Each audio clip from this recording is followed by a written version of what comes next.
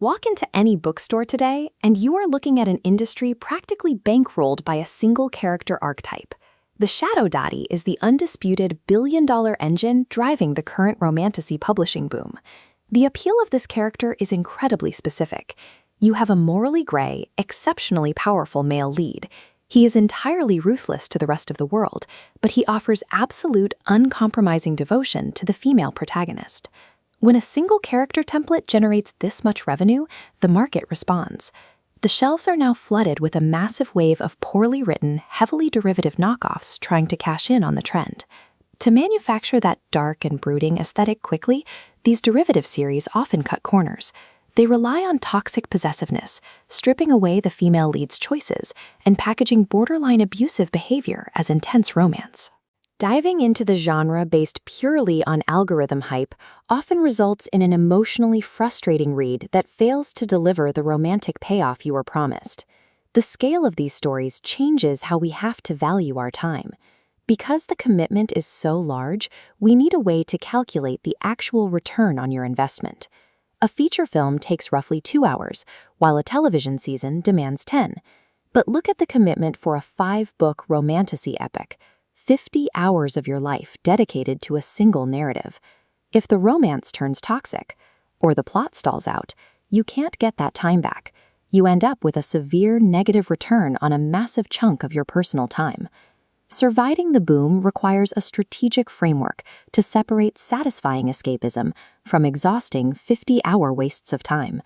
Evaluating choices begins by identifying the specific form the trope takes, starting with the true villain. This archetype provides a high-stakes look at the corruption of absolute power. The narrative focuses on a character who is genuinely dark and unapologetic.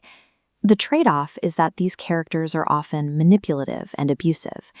Readers expecting a healthy, happily ever after will likely find this path deeply frustrating. The common alternative is the misunderstood cinnamon roll. Here, the character's dark persona is merely a survival mechanism used to navigate a brutal world. This matrix shows the cinnamon roll's emotional payoff, revealing a soft center hits the romantic high notes. But authors frequently mistake protective for controlling. As perceived threats rise, her actual agency often disappears entirely. The male lead might restrict her movements or hide vital information, stripping her of decision-making power under the guise of keeping her safe. When physical safety is used as a justification to remove the female lead's autonomy, it undermines the very power fantasy the genre promises to provide. The third archetype is often the most exhausting, the manufactured miscommunicator. This graph tracks tension across a series. In Book 1, enemies to lovers friction is engaging, but to maintain a franchise, authors invent artificial conflict. By Book 3, tension collapses into a repetitive cycle of secrets and miscommunication. Characters are forced to regress, repeating the same emotional mistakes and keeping the protagonist trapped in a loop of broken trust just to keep moving. This turns the reading experience into a chore. You spend 50 hours following a relationship that isn't actually progressing, leaving you exhausted. Using toxic behavior as a mechanical crutch to extend a story destroys the initial emotional investment the reader made in the characters. Finding a story that actually respects your time requires a practical filtering strategy to bypass the poorly written derivatives. This decision map begins with a simple question: do you actually want a true villain? If your answer is yes, follow this path toward yandere and pure dark romance categories. Suspending real-world morality is a requirement for this path. These books function as dark escapism, not as templates for healthy relationships. If your answer is no, the next filter identifies your specific tolerance for overprotectiveness and stripped agency. Setting a firm boundary on female agency allows you to eliminate a vast number of series that rely on controlling dynamics to create drama.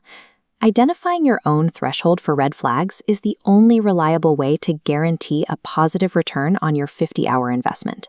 For readers suffering from complete trope fatigue, there is a way to opt out of the shadow daddy aesthetic entirely. A rising counterculture in the genre highlights different dynamics, such as the consent king or the pathetic yearning man. These alternative stories sacrifice the thrill of morally gray danger for well-adjusted characters and much healthier relationship dynamics.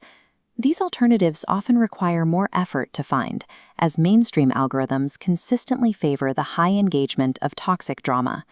Your own agency as a reader is the tool you use to ensure those 50 hours are spent on a story that actually delivers.